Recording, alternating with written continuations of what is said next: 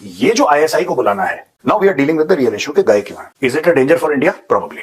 मैं मना नहीं करूंगा जी, इसीलिए आया क्योंकि ये चाहता है कि देखिए हमारा मुसलमान देश है और हमारा इतिहास है, क्योंकि इसमें विलिफिकेशन और बंगबंधु भी आ जाता है ना बीच में। हम तो भाई भाई थे हमारे बीच में कुछ नहीं था। ये शेख मुजीबुर रहमान का ही दिमाग खराब हुआ था कि उसने ये कराया, चलो उसकी फोटोग्राफ नोटों से हटा दो। बांग्लादेशी कुछ बोलेंगे, जब भारत से जवाब आएगा ये देखो ये दुश्मन है दुश्मन है दुश्मन है, तो उससे क्या होता है कि जब आपने एक भूखी नंगी जाहिल कौम को ये बता दिया कि बाहर का दुश्मन है, तो वो यूनाइट हो जाती है। यूनुस को किसने बैठा दिया कि दिस इज ऑल, ये जो बांग्लादेश से आपको भारत के खिलाफ ये हो रहा है, ये राइटिंग भी हिंदुओं के खिलाफ यही करवा रहा है। मोहम्मद यूनुस है, ही इज द वन जो शेख हसीना का तानाशाह थी। तो नाजरीन, जैसा कि आपने हाईलाइट में देखा, मज़ीद वीडियो कुछ सेकंड के बाद आपके साथ शेयर करते हैं। पाकिस्तान की खुफिया एजेंसी ISI के चीफ ने बांग्लादेश का दौरा किया, जिस पर गौरव आर्या समेत भारतीय मीडिया रोने लगा है। लेकिन अगर देखा जाए तो आपने भी अब पिछली इनकी काफ़ी वीडियोस में ये देखा होगा, ये कहते हुए कि हमें पाकिस्तान से कोई ख़तरा नहीं है और ना ही हम पाकिस्तान से डरते हैं और ना बांग्लादेश से डरते हैं। बांग्लादेश को तो ऐसे कहते हैं कि हम 1 मिनट में ख़त्म कर दें अगर हम चाहें तो। और यही गौरव आर्या और GD बख्शी जैसे लोग अपने सोशल मीडिया अकाउंट पर बैठकर, यूट्यूब चैनल पर बैठकर बड़ी बड़ी बातें करते हैं। लेकिन जब पाकिस्तान और बांग्लादेश आपस में करीब आ रहे हैं और पाकिस्तान और बांग्लादेश के आपस के रिश्ते मजबूत होते जा रहे हैं, तो सबसे ज़्यादा तकलीफ भी इन्हीं दोनों को और भारतीय मीडिया को है। और यहाँ तक कहते हैं कि अगर बांग्लादेश इनके खिलाफ कोई भी कदम उठाए तो कहते हैं कि ये पाकिस्तान के कहने पर कर रहा है। लेकिन अगर देखा जाए तो ये बड़ी बात नहीं है। बहुत से ममालिक के एक दूसरे के साथ अच्छे ताल्लुकात हैं और उनकी खुफिया एजेंसीज और फौज एक दूसरे के साथ मिलती हैं, मुलाकातें करती हैं, ताकि बढ़ते हुए सिक्योरिटी के मसाइल को एक दूसरे की मदद से हल किया जा सके। लेकिन पाकिस्तान और बांग्लादेश का मामला इनकी नज़र में और है, क्योंकि इन्होंने हमेशा ये कोशिश की पिछले 55 साल से कि बांग्लादेशियों के दिलो दिमाग में जितनी हो सके पाकिस्तान के खिलाफ नफरत फैलाई जाए, लेकिन ऐसा करने में ये नाकाम हो गए। आज की वीडियो में हम आपको यही दिखाएंगे कि कैसे ISI के चीफ के बांग्लादेश के दौरे पर जाने से भारतीयों को कितना ज़्यादा खौफ है। लेकिन उससे पहले आप लोगों से गुजारिश है कि अगर आपने हमाद रिएक्ट चैनल को सब्सक्राइब नहीं किया तो चैनल को लाजमी सब्सक्राइब कर लें, बेल आइकन को दबा दें ताकि आने वाली तमाम वीडियोज़ आप तक बआसानी पहुँच सकें। और कमेंट सेक्शन में अपनी कीमती राय का इजहार भी लाजमी करें कि पाकिस्तान और बांग्लादेश के बढ़ते हुए अच्छे ताल्लुकात से भारत को क्या नुकसान होगा, कितना फर्क भारतीयों को पड़ेगा। DG number one DG Bangladesh पहुंच गए सर। अच्छा, क्या करने गए हैं वहां पे? वो तो कह रहे हैं कि विजिट है सिक्योरिटी के लिए। वो अभी हमने कुछ टाइम पहले कवर किया था ना कि पाकिस्तान आर्मी जो है बांग्लादेश के कुछ ऑफिसर्स को ट्रेन करेगी ये सारी चीजों के लिए। रियलिटी तो ये जो ISI को बुलाना है जी। अब आपका सवाल तो ये था कि ISI का चीफ क्यों गया है वहां पे और ये जनरल इनका आदान प्रदान, हम उसको ट्रेन करेंगे उसको ट्रेन करेंगे। नाउ वो सरेंडर वरेंडर ये एक तरफ की बात है जो कि सच है, लेकिन कोई बात नहीं। Now we are dealing with the real issue के गए क्यों हैं। देखिए ये कुछ नहीं करने गए। Is it a danger for India? Probably. मैं मना नहीं करूंगा। अब मैं आपको बता रहा हूं कि इशू क्या है इसमें। यहां से ऐसे बांग्लादेश से स्टेटमेंट क्यों आ रहे हैं? इसलिए स्टेटमेंट आ रहे हैं क्योंकि मोहम्मद यूनुस को ये, देखिए बात ये होती है कि लोग खुद जब करते हैं ना वो रियलाइज नहीं करते।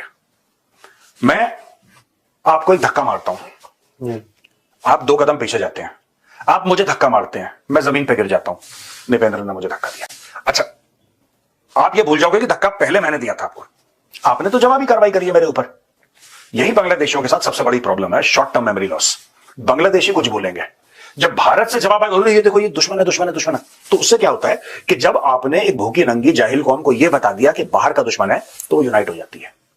और सबके सब यही चाहता है यूनुस कि मेरे पीछे खड़े रहें। अच्छा, इसमें फिर पाकिस्तानी एंगल जो आप कह रहे थे, एंगल के क्यों भाई ISI का डीजी आया? ISI का डीजी इसलिए आया क्योंकि ये चाहता है कि देखिए हमारा मुसलमान देश है और हमारा इतिहास है, क्योंकि इसमें विलिफिकेशन और बंगबंधु भी आ जाता है ना बीच में। हम तो भाई भाई थे, हम तो भाई भाई थे, हमारे बीच में कुछ नहीं था। ये शेख मुजीबुर रहमान का ही दिमाग खराब हुआ था कि उसने ये कराया, चलो उसकी फोटोग्राफ नोटों से हटा दो, चलो अपना राष्ट्रगान जो है वो चेंज कर देते हैं, चलो ये चेंज कर देते हैं, वो चेंज कर देते हैं, ऐसा चेंज कर देते हैं, वैसा।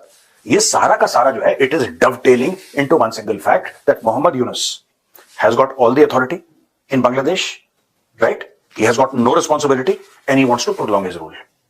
वो चाहता है कि मैं 2-3 साल ऐसे खींच लूं, फिर देखेंगे।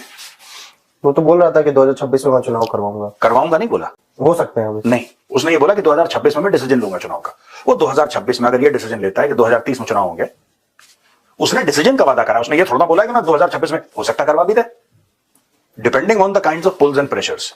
बट आप ये देखो ना कि बांग्लादेश में प्रोटेस्ट चल रही हैं, लेकिन वो प्रोटेस्ट नहीं चल रही हैं कि डेमोक्रेसी कहां है, क्योंकि भाई इनको क्या था, आप देखो ना, इनका कंप्लेंट क्या था शेख हसीना से कि वो किसी की सुनती नहीं है, अपने मन का करती है, फाशिस्ट है, ये है, फलाना है, लोगों का जेनोसाइड कराए, लोगों को मारती पीटती है, और डेमोक्रेसी, ये डेमोक्रेसी है।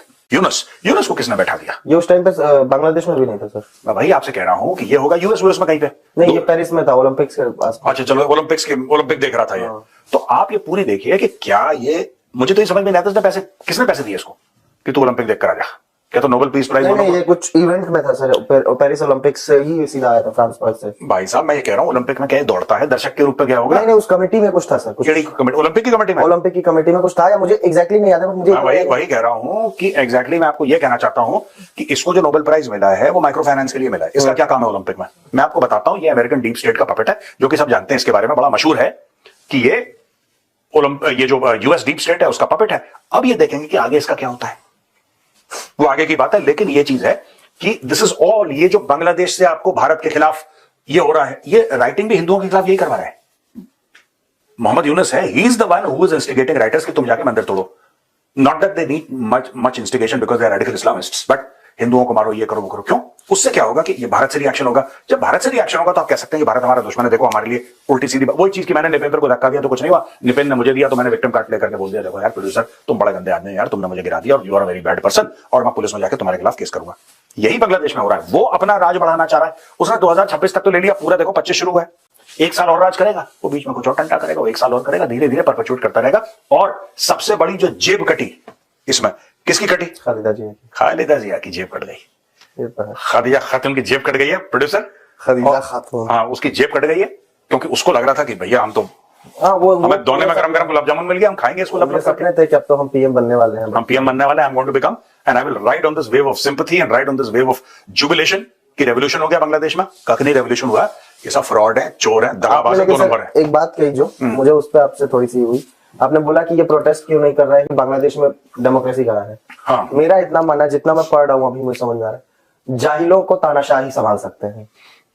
जो शेख हसीना अगर तानाशाह थी तो वो ठीक थी। नहीं, शेख हसीना तानाशाह थी तभी बांग्लादेश ने इतनी तरक्की करी टेक्सटाइल में। बस अब मैं इसी पे आ रहा था सर। हाँ। कल रॉयटर्स ने एक आर्टिकल छापा है सर, एडिटर दिखाएंगे उसको। यूनुस कहता है कि शेख हसीना जो कहते हैं लोग कि उसने इसमें टेक्सटाइल्स में बहुत शानदार काम किया, इकोनॉमी को सुधार के, सब फ्रॉड था, कुछ ऐसा हुआ ही नहीं था। मतलब नहीं, ये आया है तो ये अचानक से अमेरिका को छोड़ के बांग्लादेश को वर्ल्ड के नंबर 1 इकोनॉमी बना दिया। नहीं, मैं समझा नहीं। कल एक इंटरव्यू दिया है, कल परसों में यूनुस ने जर्नलिस्ट को, तो रॉयटर्स ने ये आर्टिकल छापा, उसमें लिखता ये यूनुस बोलता है, ये बेसिकली ये कह रहा है कि बांग्लादेश की जो इकोनॉमिक सक्सेस की स्टोरी है अंडर शेख हसीना, ये गलत है, ये सब फ्रॉड है।